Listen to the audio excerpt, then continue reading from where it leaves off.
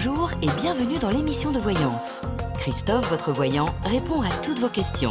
Il s'appuie pour cela sur les tarots et sur son étonnante faculté d'intuition. Bonjour à tous et bienvenue sur le plateau de l'émission de voyance.com. Bien écoutez, je suis ravi de vous accueillir pour cette nouvelle semaine de voyance en direct. Lundi, mardi, mercredi sur le site www.émissiondevoyance.com et le jeudi sur notre page Instagram à partir de 13h30, que ce soit sur l'émission de voyance ou que ce soit sur Instagram. Alors, pas d'informations particulières, en tout cas j'espère que vous allez bien, que vous avez passé un agréable week-end et que vous démarrez cette semaine du bon pied. Voilà, écoutez, je vais commencer à répondre à vos questions. Marie-France, bonjour. Est-ce que je vois un retour dans votre vie de votre ex Charlie ?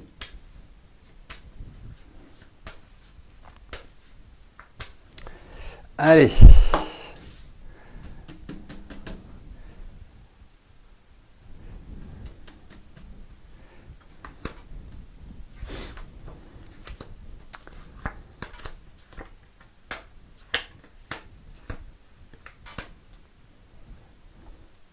Alors, moi je vous dirais, j'ai pas, même si il y a cette notion de contact, je dirais, vous attendez pas à des merveilles, parce qu'on sent que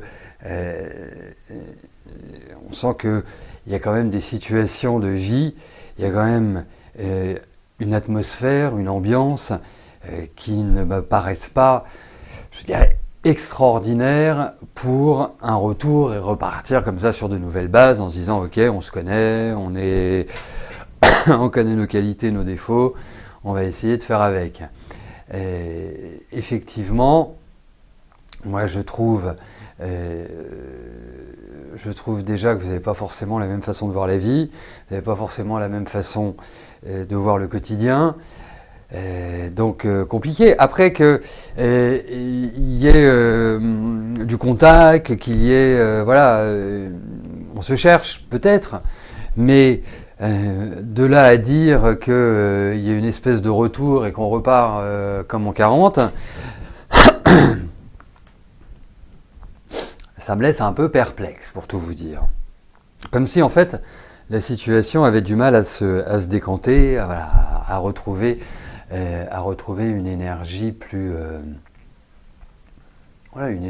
mobile, plus positive.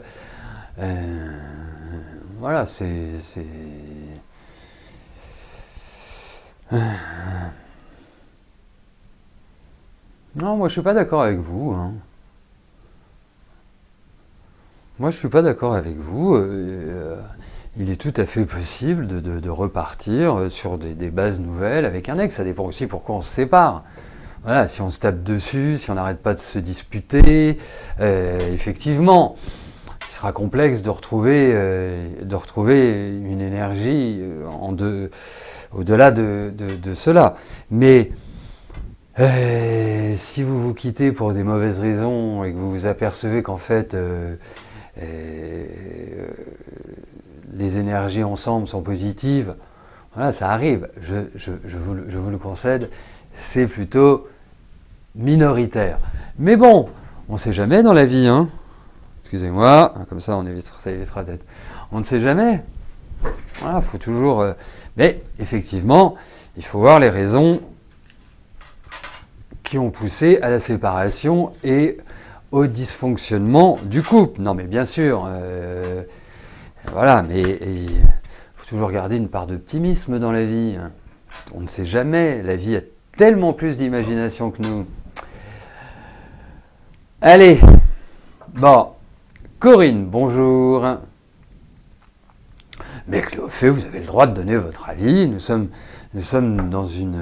sur un site qui permet de dire ce qu'on pense et j'espère de penser ce qu'on dit. Allez, Corinne, bonjour. Toujours bien évidemment dans le respect d'autrui et la courtoisie et j'en passe. Alors,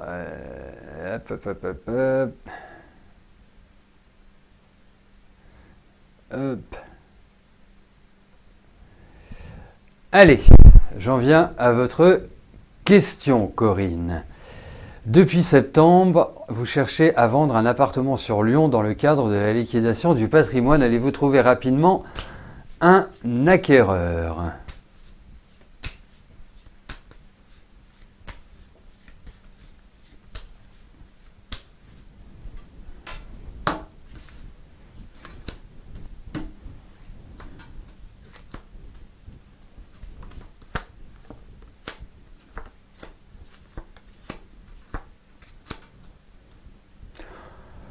Alors,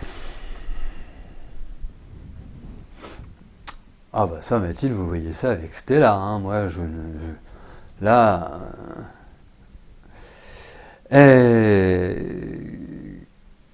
qu'est-ce que je voulais vous dire par rapport à votre question, Corinne? Bah écoutez, objectivement, au vu de ce tirage, je pense que vous n'allez pas trop traîner pour avoir un acheteur, ou en tout cas vraiment voilà, à signer une promesse de vente. Non, il y a quand même l'idée, d'un accord. Donc je vais vous dire oui, enfin il n'y a pas besoin d'y passer le réveillon. J'espère que ce sera avant le réveillon d'ailleurs. Mais en tout cas, non, en tout cas ça me paraît aller dans la bonne direction, hein. Ouais.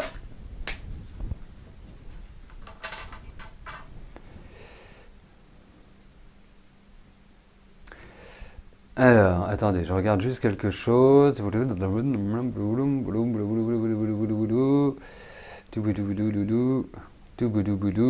Bidi, bidi, bidi.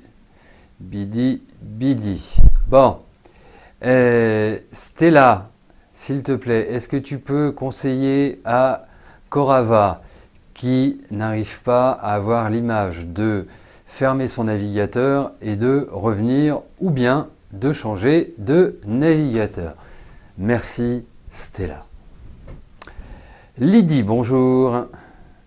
Vous aimeriez vous lancer en micro-entreprise en tant que praticienne de Reiki, ou Reiki, ou ce que vous voulez. Ce serait pour savoir si vous devez vous lancer dans ce projet.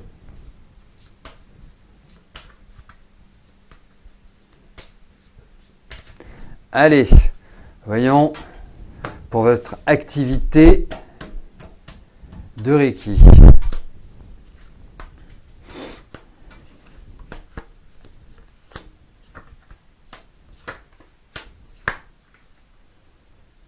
Alors, vous savez, je vais vous dire une chose, hein.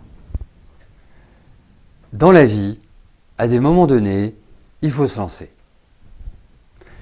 Je pense que vous maîtrisez plutôt bien ce que vous faites.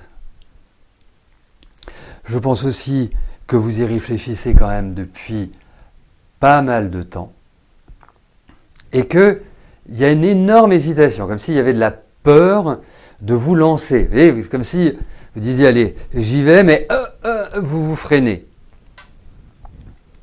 Alors, sachez-le, quoi qu'il arrive, une activité comme la vôtre, à partir du moment où vous êtes efficace, et je pense que vous le serez, puisque vous avez aussi...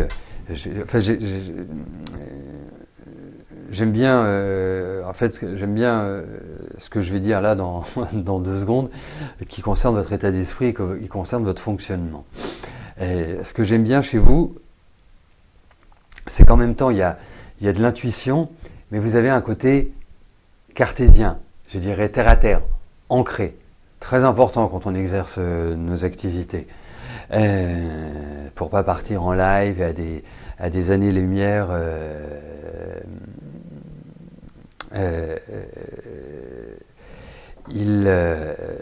c'est un point important. Je ne reviens pas sur la maîtrise du Reiki, je pense que voilà, vous êtes parfaite. Après, bien évidemment, les soins in situ vous feront énormément progresser. Donc, moi je vous dirais, je trouve bien que vous vous lanciez. Bah, de toute façon, il faut tester à un moment donné, hein, et puis après, prenez votre temps. Vous savez, il y a une façon simple de voir si ça peut fonctionner. Eh bien, je ne sais pas si vous êtes en activité en parallèle. Si c'est le cas, vous vous accordez par exemple le samedi et le dimanche pour recevoir et faire du Reiki. Et puis, si vous n'êtes pas en activité, vous commencez à communiquer dessus. Il y a vraiment... vraiment non, je pense que en y allant tranquillement, je pense que vous pouvez aboutir à quelque chose. Voilà. Et autrement, vous pouvez rechercher aussi, parce que vous avez quand même besoin des autres. Quand je dis besoin des autres, si c'est pour être seul dans un bureau ou dans un cabinet ou chez vous, je suis pas sûr que ce soit la meilleure des choses. Je pense que vous êtes faite pour aller travailler, par exemple, louer un bureau, faire du coworking, donc partager des bureaux, partager des locaux, qui quelque part serait plus rassurant pour vous puisque vous avez besoin d'être rassuré. Mais autrement, vous êtes parfaite, vraiment. Lucie, bonjour. Est-ce que je vois un changement mieux rémunéré pour David? Et je vous dirai une chose pour terminer, excusez-moi Lucie, voilà, vous voyez comment ça fonctionne et après inscrivez-vous en micro-entreprise. Voilà. Bon, après l'avantage de la micro-entreprise c'est que pas comme il y a un certain nombre de décennies à l'époque où quand vous vous inscriviez, l'URSSAF vous accueillait à bras ouverts avec une petite facture. Maintenant, c'est différent. Allez, Lucie, voyons pour le travail de David.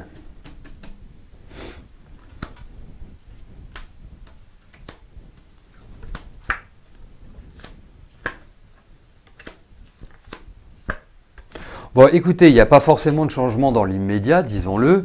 Je pense qu'il y a quand même une réelle fatigue chez David. Il y a une espèce d'essoufflement qui ressort. Il ne sait pas non plus très bien comment s'y prendre. À partir de là, il n'y a pas d'absence de proposition puisqu'il y a des choses qui viennent de l'extérieur. Il y a une espèce de possibilité de changement. Mais moi, je trouve, plus sur l'état physique, je trouve qu'il a besoin de repos. Parce que je sens vraiment à plat. Et je trouve que là, tout ce qui est vitamine serait très bénéfique pour lui. Alors, si vous voulez en savoir plus, Lucie, vous m'appelez. On se connaît depuis suffisamment longtemps. Mais en ce qui concerne David, il y aura vraiment cette idée de changement sur le plan professionnel, je pense, mais c'est pas forcément dans l'immédiat. Éventuellement, je verrai un petit peu plus la deuxième partie de l'année, donc peut-être plus à partir du mois de juin. Voilà, mais là, et puis je sens pas non plus que l'ambiance soit exceptionnelle là où il bosse. Enfin, je trouve que c'est chargé, c'est rude. Voilà, c'est pas simple, pas simple du tout.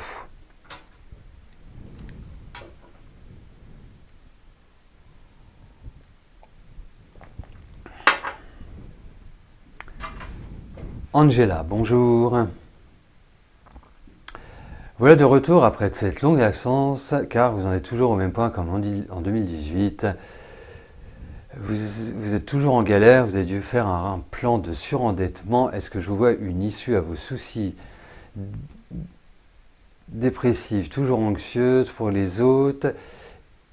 Et vous êtes toujours seul, sachant que vous avez perdu votre époux en janvier 2004 d'un arrêt cardiaque.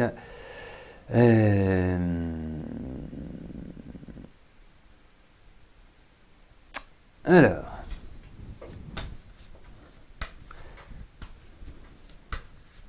allez, voyons pour une issue.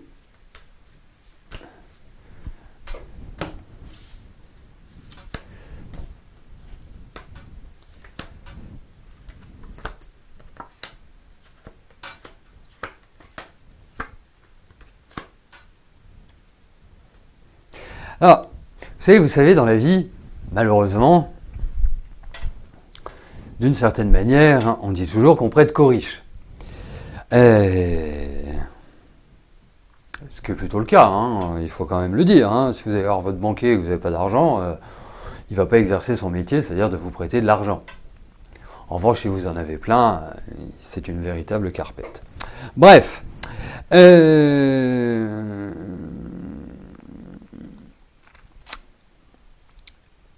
vous dis ça pour une raison simple. C'est que dans la vie, si on est arrêté, on ne peut rien faire. Dans la vie, si effectivement vous avez vécu des choses difficiles, le décès de votre mari, du surendettement, donc bien évidemment la vie ne vous a pas épargné. Alors je ne vais pas vous dire oui, il faut faire de la pensée positive et penser qu'on est dans le monde des bisounours. On n'est ni dans le monde des bisounours et la pensée positive a ses limites comme tout dans la vie. Et quand je dis la pensée positive, c'est l'optimisme. Parce que malgré tout, il faut rester optimiste, même quand on vit des choses difficiles, même quand on a des galères, même quand on subit. Il faut toujours rester optimiste. Il faut toujours se dire qu'il y a toujours cette possibilité de trouver des issues dans la vie. Autrement, ça ne sert à rien, vous voyez, de se démener. Et donc, je dirais la première chose, c'est de travailler sur votre état général.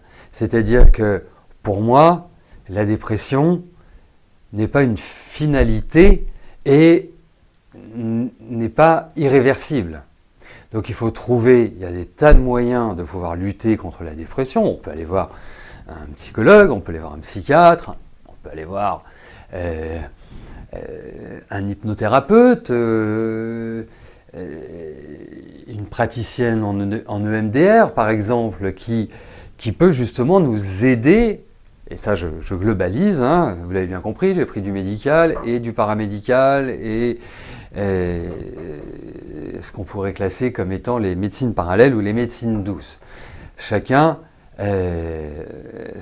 peut voir ce qui lui conviendra. Et donc ça, c'est un préambule parce que en termes de tirage de tarot, on voit que vous êtes un peu plombé. Donc, il faut arriver à trouver le moyen de court-circuiter cette spirale pour en sortir et retrouver un élan. Donc, bien évidemment, il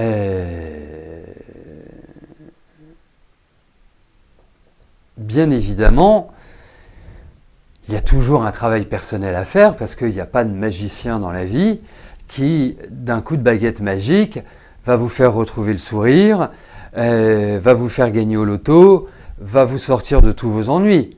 Il y a tous ces thérapeutes, qu'ils soient médicaux, paramédicaux ou autres, ce sont des déclencheurs. Ce sont des personnes qui peuvent vous accompagner. Mais le maître d'œuvre reste, quoi qu'il arrive, vous. Donc, la décision initiale vient forcément de vous. Donc moi, je pense que vous entrez dans une bonne phase. Alors, elle est à double tranchant, cette phase. Hein. Vous rentrez dans une bonne phase pour justement faire ce travail et vous sortir de cette spirale. Ou alors, vous allez poursuivre votre descente petit à petit l'année prochaine. C'est là, je ne peux pas l'estimer. Ce sera en fonction de quelque part de votre prise en main, de votre prise de conscience, de votre envie et quelque part de la mécanique que vous allez engendrer. En sachant que dans la vie, on ne peut pas affronter tout de front en même temps. Il faut fonctionner par priorité. La priorité pour moi, telle que je le ressens aujourd'hui, c'est vous donner le petit coup de boost, le petit coup de pouce, vous permettre, je dirais, de revoir un peu plus la vie en rose et de ne pas être complètement dans une espèce de léthargie ou de déprime profonde. Donc voilà. Alors quand je lis aussi sur le chat, alors il y a juste un truc. Vous savez, moi ce que je trouve que vous payez 200 € pour 4 séances, je vais vous dire, enfin, ok, on est à Paris, ça me choque pas. Vraiment, ça me choque pas. Ce qui est important, c'est que ça fonctionne. Moi, ce qui m'interpelle beaucoup plus, c'est 4 séances en une semaine. Si vous avez fait 4 séances en une semaine, alors là, effectivement, ça ne peut pas avoir de résultat. Parce que il faut laisser passer. Vous savez, c'est comme une séance d'acupuncture. Une séance d'acupuncture, vous comptez 3 semaines pour en ressentir véritablement les effets. C'est-à-dire que c'est toute la mécanique du corps. Et il faut voir aussi depuis quand cela est ancré. C'est-à-dire que si vous avez une douleur à l'omoplate ou que vous avez des problèmes de lombaire et que ces problèmes de lombaire datent d'il y a 15 jours, ça va être très rapide à faire passer. Si ça dure depuis 10 ans et que vous n'avez pas forcément fait ce qu'il fallait faire parce que vous vous êtes dit bon bah je vais vivre avec, ou je ceci, ou je cela, ou la vie ne me permet pas de, enfin bref, toutes les raisons possibles et imaginables, eh bien c'est sur le temps que vous pourrez passer ce cap-là. Mais 4 séances en une semaine, c'est pas du soin, ça, c'est du business. Voilà, enfin c'est aberrant. Donc que vous fassiez une séance, je dirais, tous les 10 jours et tout, suivant la problématique, ça peut être une fois par semaine, oui, mais 4 séances en une semaine, bien évidemment, vous ne pouvez pas en ressortir les effets. C'est pas possible. Ah, après, oui, donc je reviens sur Angela. Angela, après, vous savez, vous avez des associations, vous avez aussi le monde médical qui peut aussi vous aider, puisque dans les hôpitaux, vous avez aussi de très bons psys ou de très bonnes personnes qui peuvent vous prendre en charge. Voilà, il y a des solutions, il n'y a pas que les solutions, bien sûr, des thérapeutes qui sont sur les médecines douces. Là, effectivement, ce sera plus cher. Patricia, bonjour. Vous voyez, ah bah tiens, puisqu'on parle d'acupuncteur, vous voyez un acupuncteur pour votre mal de dos et un kiné. Cela va-t-il suffire ou devez-vous passer par l'infiltration qui avait une peur bleue de vous faire toucher la colonne vertébrale?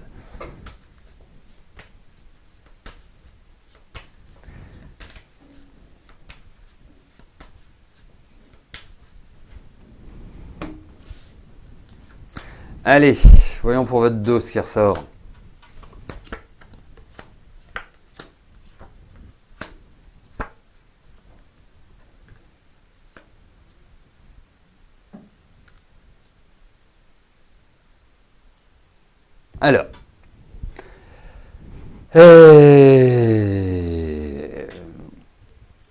Alors, votre mal est quand même hyper profond, Patricia. Hein. Ce que je veux dire, c'est que, bien évidemment, moi je trouve ça génial l'acupuncture pour le dos, la kiné aussi, les deux ensemble, ça fait un mélange merveilleux. Il faut le dire. Ouais, il faut le dire. Après, c'est comme tout dans la vie, il y a des limites.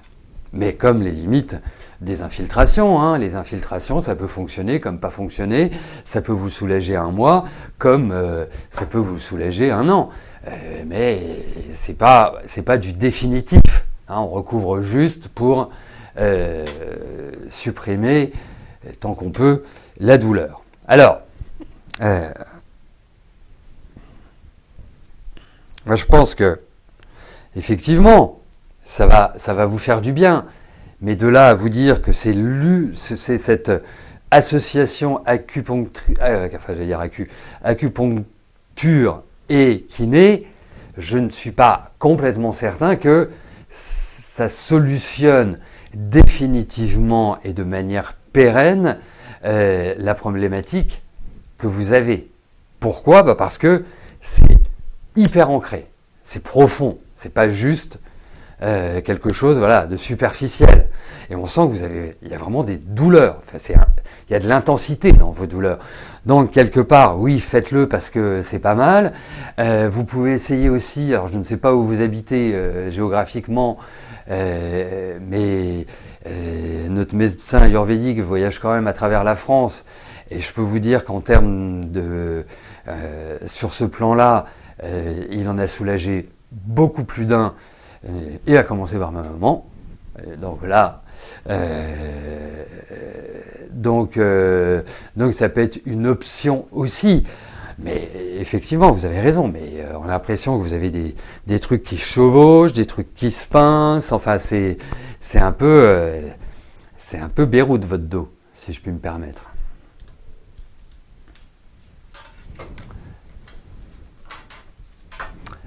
Alors, en dernière question, je vais répondre à celle de Chantal. Chantal, bonjour. Votre fils, Alan, va-t-il se séparer de sa femme, dont c'est le souhait, mais quand cela lui conviendra, car pour le moment, ils gardent leur enfant, Aldric. Oh ben non, il est petit, hein, le pépère.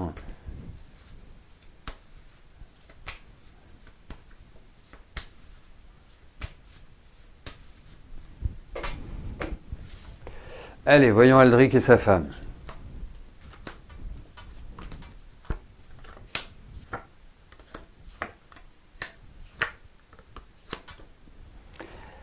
Bon, je pense que on peut jamais être sûr dans la vie hein, sur ce plan-là, mais je pense qu'effectivement, ils sont pas du tout sur la même longueur d'onde. On sent qu'il y a beaucoup d'agacement. Alors, il va y avoir des discussions, hein, ça c'est clair. Mais je trouve, quand je vois l'âge de votre petit-fils qui a 1 an et demi, et que je trouve qu'il n'y a plus du tout d'affect dans leur couple, on se demande à quelle vitesse et pourquoi à cette vitesse il y a eu une telle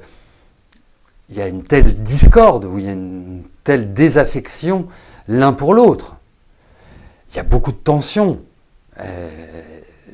Et effectivement, c'est pas forcément bénéfique pour votre petit-fils, pour Aldric.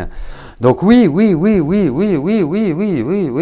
mais il y a d'autres problématiques, et c'est pour ça, et je pense qu'il y a des problématiques financières aussi, il y a aussi de l'attachement, enfin, moi je trouve ça triste, quoi, qu'il soit dans cette dynamique-là, avec un enfant d'1 an et demi, ils devraient peut-être un petit peu prendre sur eux. Alors je vois au niveau des caractères, c'est pas facile, hein, l'un et l'autre.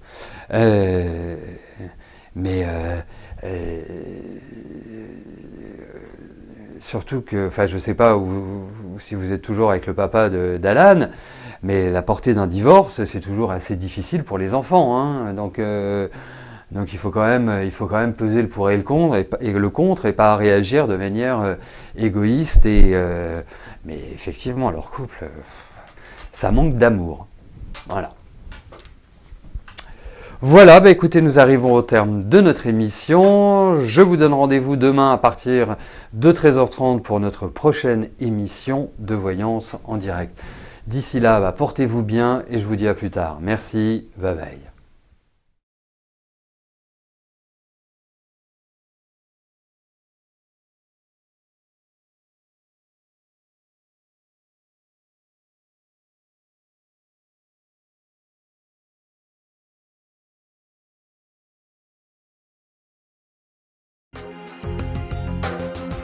N'oubliez pas que du lundi au vendredi, à partir de 13h30, je réponds en direct à vos questions sur le site de l'émissiondevoyance.com et j'aborde avec vous tous les sujets qui vous tiennent à cœur.